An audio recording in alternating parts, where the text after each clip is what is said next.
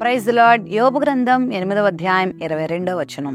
అయితే ఇంకను ఆయన నీకు నోటి నిండా నవ్వు కలుగ చేయును, ప్రహర్షముతో నీ పెదవులను నింపును. ఆనందం, సంతోషం మనం వ్యక్తపరచగలిగేది మన నోటి నవ్వు ద్వారానే. చాలా సార్లు పైకి నవ్వుతూ ఉన్నా హృదయంలో చాలా మందికి దుఃఖం ఉంటుంది. 10 మందిలో ఉన్నప్పుడు నా బాధ ఎందుకులే అందరికీ తెలియడం అన్నట్టు నవ్వును నటించేస్తూ ఉంటారు. నవ్వు రాకపోయినా నవ్వు తెచ్చుకుంటూ ఉంటారు. అయితే ప్రభువు ఎంత గొప్పవాడో తెలుసా? నువ్వు నటించే నవ్వు నవ్వక్కర్లేకుండా హృదయమారను నవ్వేంత విధంగా దేవుడు నీకు ఆనందాన్ని ఇస్తాడు, నీకైన సంతోషాన్ని ఇస్తాడు. 126వ కీర్తనలో కూడా మన నోటి నిండా నవ్వు ఉండెను అనే మాట మనం చూస్తాం. హృదయంలో సంతోషం ఉన్నప్పుడు మన ముఖంలో ఆ సంతోషం కనబడుతుంది. ఒకవేళ ఉదయకాల సమయంలో నీ శ్రమలను బట్టి, నీ కుటుంబ పరిస్థితులను బట్టి, నీకెదురవుతున్న సమస్యలను బట్టి దుఃఖంతో ఉన్నావా?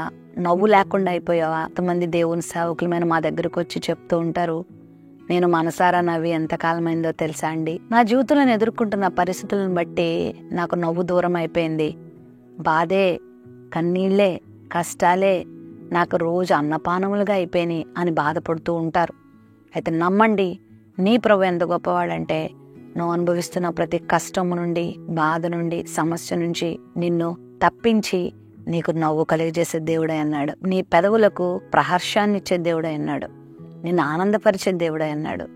దేవుడే సంతోషపరిస్తే ఈ లోకంలో ఆనందము ఏ పాటివి చెప్పండి? దేవుడు నిన్ను సంతోషపరుస్తారమ్మా. దుఃఖపడద్దు, బాధపడద్దు, విశ్వాసంతో ఆయన వైపు చూడు, ఆయనను నమ్ము. ప్రస్తుతం నీకున్నటువంటి ఈ బాధ, ప్రస్తుతం నువ్వు అనుభవిస్తున్న ఈ కష్టం నీతో ఎక్కువ కాలం ఉండదు.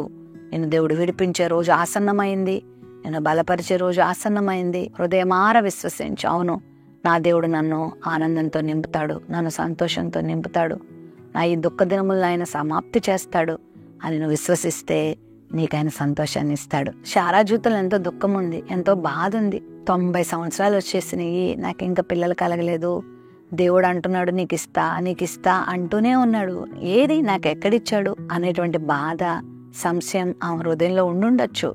కానీ నిజంగా దేవుడు ఒకరోజు ఆమెను నవ్వించాడు. ప్రభువారు ఆమెకు వాగ్దానం ఇస్తా ఉంటే గుడారంలో నుండి నవ్వుతుంది. శారా నవ్వనేలా అని ప్రభు కూడా అడుగుతారు.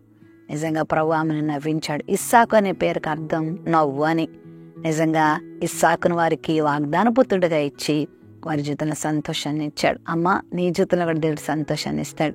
బాధపడుతున్నావు కదా, కన్నీరు కారుస్తూనే రోజులు గడుపుతున్నావు కదా, బాధపడకు. నీకు దేవుడు జవాబిస్తున్నాడు, దేవుడు నీకు సొల్యూషన్ ఇస్తాడు, దేవుడు నీకు దారి చూపిస్తాడు, నీ మార్గాన్ని దేవుడు నిర్దేశిస్తాడు, నేను దేవుడు తలెత్తుతాడు. ప్రేమ నమ్మకం కలిగిన మా తండ్రి, ఈ వాగ్దానాన్ని వీక్షించిన నీ బిడ్డల జీవితంలో ఆనందాన్ని ప్రసాదించు, సంతోషాన్ని దయచే, నెమ్మదిని దయచే, దుఃఖం నుండి విడుదల దయచే. యేసు నామములో అడుగుచున్నాం తండ్రి, ఆమెన్.